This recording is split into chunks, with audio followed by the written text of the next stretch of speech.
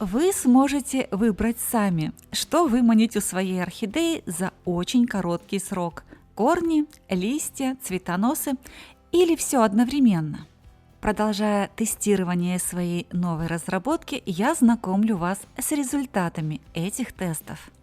Как и в каком виде применить биогенный стимулятор, чтобы получить у орхидеи вот такие корни.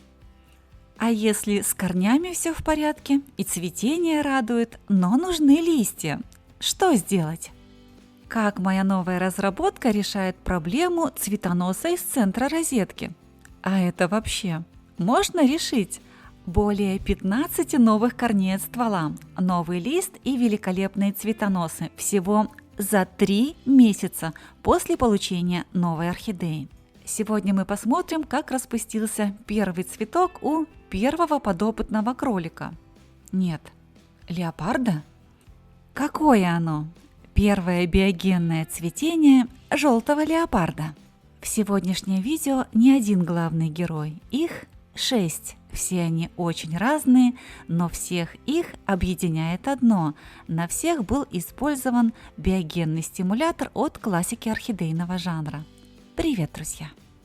Если вам нравится то, что делаю я, пожалуйста, поставьте пальчик вверх под видео и напишите комментарий. Это поможет каналу и алгоритмам YouTube в продвижении видео.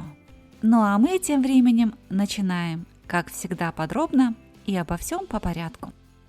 В марте этого года, то есть 3 месяца назад, я начала тестировать и использовать новые биогенные препараты из одного очень популярного лекарственного растения.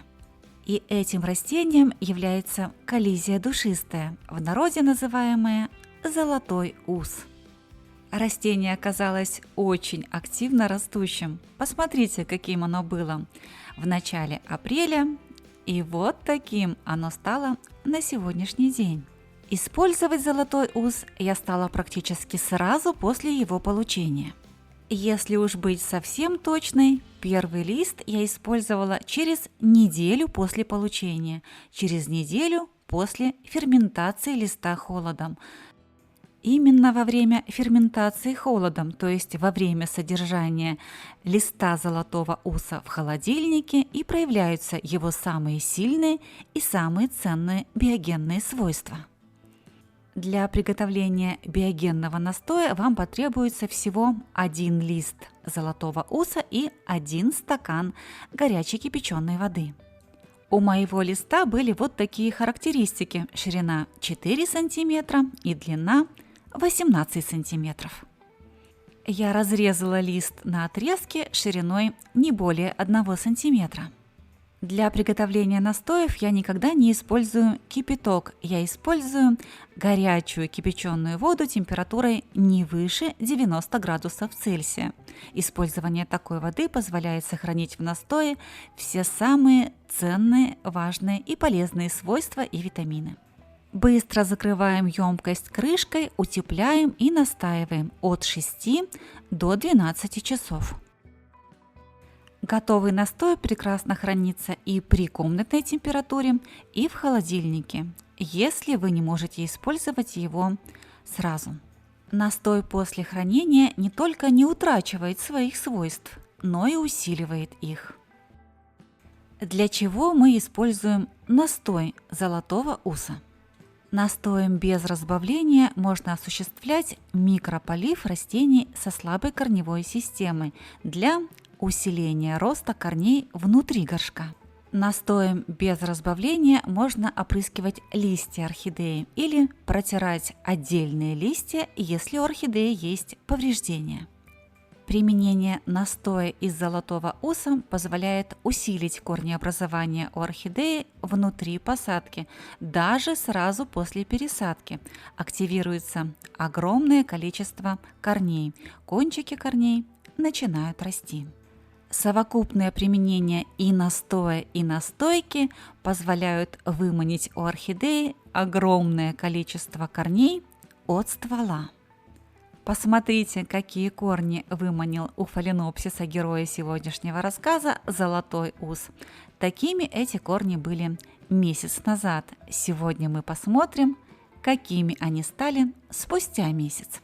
Для активации роста корней от ствола он смазывается настойкой золотого уса. Как ее приготовить и как использовать? Принято считать, что самыми лучшими частями золотого уса для изготовления настойки являются непосредственно его усы, то есть боковые отводки. Эти отводки часто называют боковыми суставными узелками. Боковые отводки у моего золотого уса еще совсем маленькие и для приготовления настойки не годятся. Тем не менее, для приготовления настойки могут быть использованы любые другие части золотого уса, начиная от листьев, заканчивая стеблями и боковыми отводками. Можно использовать абсолютно все. Для того, чтобы настойка золотого уса получилась максимально эффективной, все срезанные части уса нужно поместить в холодильник на 2 недели для ферментации холодом. Я кладу листья в бумажный пакет и помещаю на дверцу холодильника. За 2 недели хранения в холодильнике листья совершенно никак не изменяются. Это и подтверждает их биогенные свойства.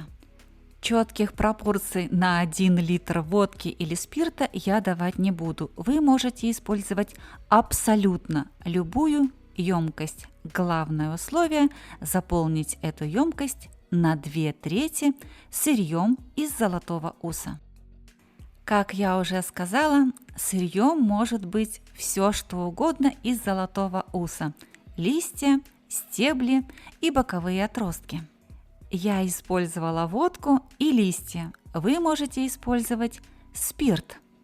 Измельчаем листья на отрезке шириной не более 1 см и измельченным сырьем заполняем емкость на 2/3.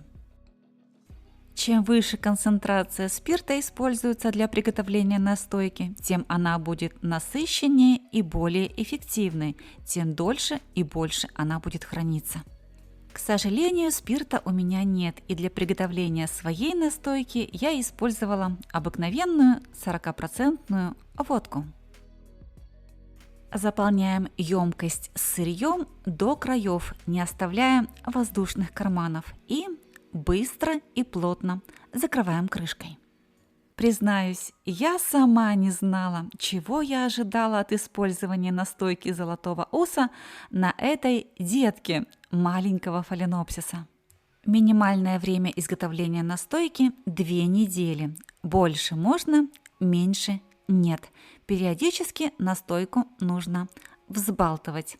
Настойка готовится в темном, сухом месте при комнатной температуре.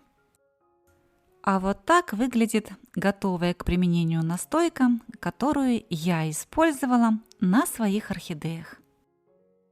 Водочную настойку при использовании я не разбавляла. Если вы будете готовить спиртовую настойку, ее следует разбавить 1 к 1 с водой непосредственно перед применением. Настойка золотого уса заживляет все раны, трещины, порывы, разрывы на листьях орхидеи, предотвращает развитие грибковых и бактериальных инфекций. Если настойкой золотого уса смазать ствол орхидеи, из него в кратчайшие сроки появятся новые корни. Все это я показывала вам чуть более месяца назад, когда демонстрировала первые результаты применения золотого уса на фаленопсисе Yellow Leopard. Закапав настойку в центр розетки фаленопсиса, мы обязательно получим новый молодой лист. А если настойкой смазать меристемы на цветоносах орхидеи, появится ответвление от них. Вот такие 2 ответвления выросли на одном цветоносе фаленопсиса «Желтый леопард». Сегодня мы посмотрим, какими они выросли, сколько бутонов заложили и каким распустился первый цветок первого домашнего цветения. Все эти результаты я покажу вам в завершающей части сегодняшнего видео, а пока перейдем еще к 5 таким разным участникам сегодняшнего видео, которых объединил золотой ус. На всех этих орхидеях от мала до велика я использовала водочную настойку золотого уса по своему собственно разработанному методу 5 капель в центр розетки орхидеи. После окончания двухнедельного приготовления водку от листьев золотого уса я не отфильтровывала. Листья продолжают находиться в настойке. Набираю настойку из банки в шприц и начинаю использовать по методу 5 капель в центр розетки орхидеи. Для исследования я выбрала 5 цветущих орхидей без активного листового роста, а точнее с полным отсутствием листового роста в течение длительного времени. В дальнейшем я вам поподробнее расскажу о каждом растении. Маленьким орхидеям, а ведь среди исследуемых были совершенные малыши, я капала четко 5 капель в центр розетки. Более крупным экземплярам я капала пол-миллилитра настойки. Еще раз обращаю ваше внимание, водочная настойка капается без разбавления. Целью исследования было получение новых листьев у орхидей, у которых они долго не росли ввиду самых разных причин. Давайте посмотрим, что это за причины и что это за исследуемые орхидеи. Phalaenopsis Magic Art – известный цветун. Он цветет и зимой, и летом, цветы держит долго. В свое время растение очень пострадало после падения с высоты. Впав в глубокий стресс, орхидея вышла из него с трудом. У нее осталось всего 3 листа на макушке.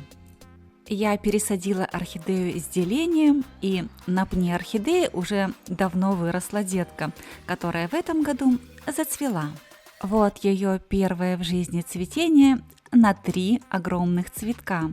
При этом материнское растение все никак не хотело растить новый лист.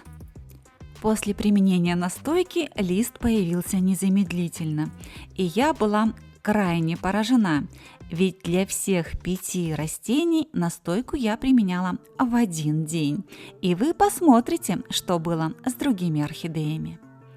Итак, объект исследования номер 1 – Phalaenopsis Magic Art.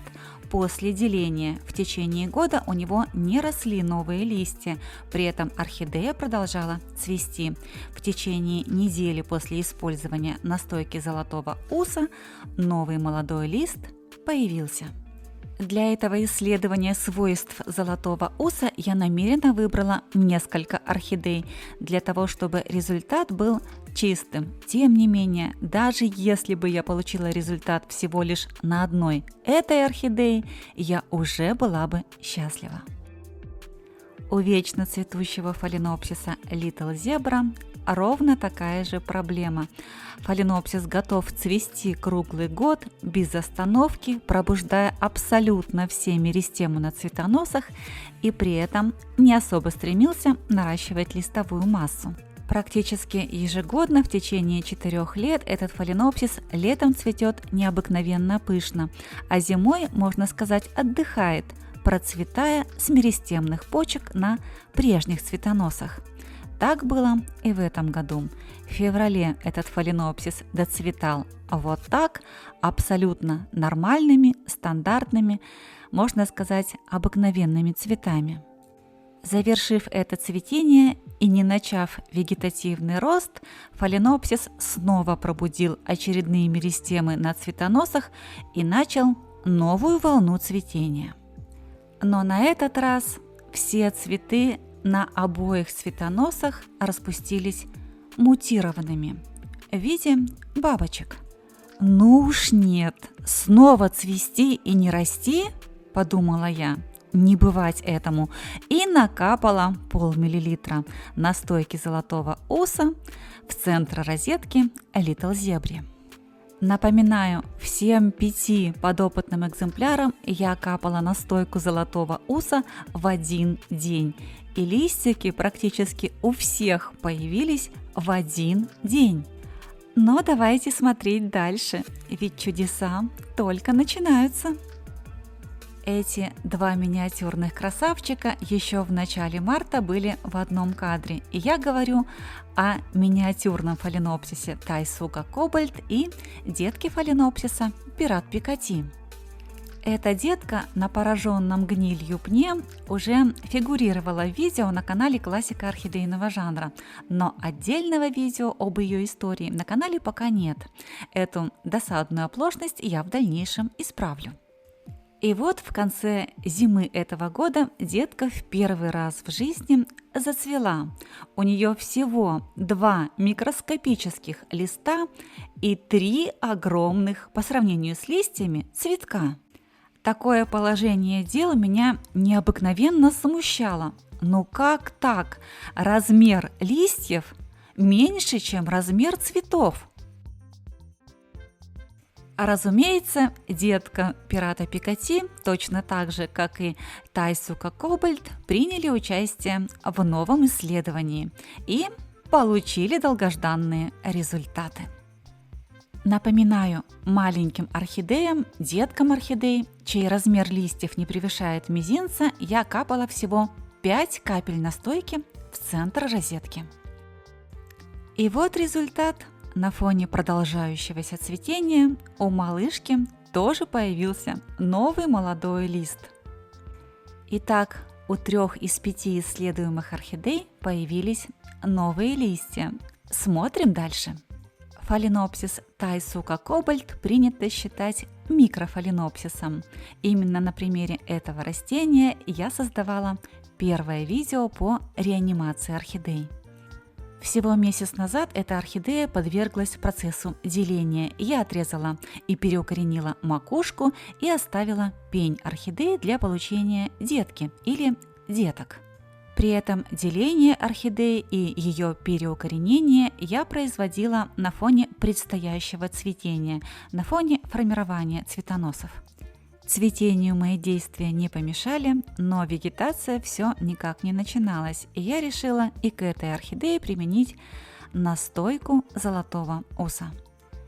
И вот у 4-го фаленопсиса из 5 появляется новый молодой лист. Все это происходит у всех растений одновременно. И тут уже ни о какой случайности событий и речи быть не может. Но самым сложным экземпляром в этом исследовании был последний, 5-й фаленопсис.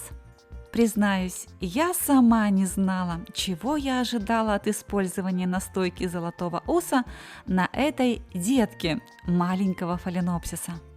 На ваших экранах детка фаленопсиса Чиа Е Янлин, которая выросла на пне орхидеи, который получился после деления фаленопсиса. Дважды малышка Чиа процвела абсолютно нормально, как и полагается фаленопсисам, а в 3-й раз выпустила цветонос из центра розетки. В народе это называется цветоносом из точки роста. Цветоносы из центра розетки в последнее время не редкость, и многие любители орхидей пугаются таких растений. Не сказать, чтобы я очень расстроилась, но я приготовилась к длительному ожиданию. Пока цветонос вырастет, пока он зацветет, пока отцветет, пока появится новая детка, процесс затянется. Я вознамерилась немного ускорить этот процесс, и вот каким образом. После формирования первых 2 бутонов, дабы орхидея реализовала свой гормон цветения, я прищипнула цветонос орхидеи, чтобы он не развивался дальше. Я решила так: чем быстрее орхидея отцветет, тем быстрее она приступит к формированию детки. Но орхидея решила не торопиться. Она отцвела 3 месяца подряд и отцветать совершенно не собиралась. Тем более не собиралась растить детку. И тогда я решила закапать в центр розетки вместо выхода цветоноса настойку золотого уса. Хотите узнать, что из этого получилось? Вам еще интересно? Тогда поставьте, пожалуйста, пальчик вверх под видео. Это важно. Чуть позже, чем у остальных, у малышки Чиа появился новый молодой лист из центра розетки. Такого я не могла ожидать даже в самых смелых своих ожиданиях. Новый лист будто бы отодвинул цветонос и начал расти четко вверх. Благодаря настойке из золотого уса мне не пришлось ждать месяцами или даже годами. И для меня именно этот результат стал самым необыкновенным, самым чудесным и самым сказочным.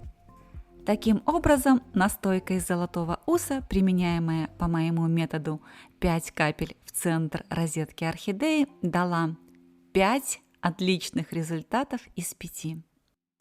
Почему я решила сделать это обобщенное видео, в котором и рецепт настойки, и процесс приготовления настоя будут в одном видео? Потому что использование золотого уса на орхидеях уже пошло в орхидейные массы, и зрители начали искать это лекарственное растение повсюду, а находя его, стали задавать необыкновенно много вопросов в комментариях под видео.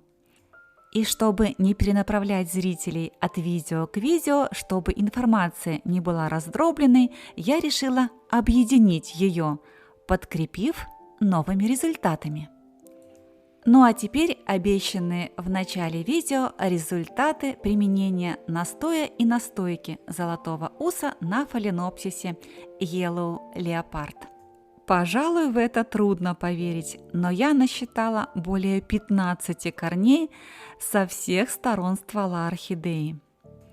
Эти корни лезут отовсюду, с каждой пазухи листьев, по нескольку штук, извиваются и ищут, куда им расти. Большинство из них устремляются в субстрат. Значительно подрос молодой лист, ну и, конечно, самым красивым, самым ценным результатом явилось начавшееся цветение. Если вы захотите сравнить эти цветы, те, которые формировались в бутонах еще у садовника, и эти новые домашние, вы можете посмотреть начало этого видео или предыдущее видео. Домашние цветы, а их на 2 ответвлениях одного цветоноса сформировалось 11 штук, более яркого и насыщенного цвета. И сказать, что я довольна таким результатом всего за 3 месяца пребывания орхидеи у меня дома, это ничего не сказать. И если вы тоже хотите получать такие результаты без использования химии и химически синтезированных препаратов, присоединяйтесь к нам, нажав на кнопку «Подписаться». Ну а если у вас все еще остались вопросы по использованию природных средств на орхидеях, задавайте их в нашем телеграм-канале, ссылку на который я, как всегда, оставлю в первом закрепленном комментарии под этим видео и в описании к нему. Присоединяйтесь к нам и помните, что впереди у нас невероятно много интересного.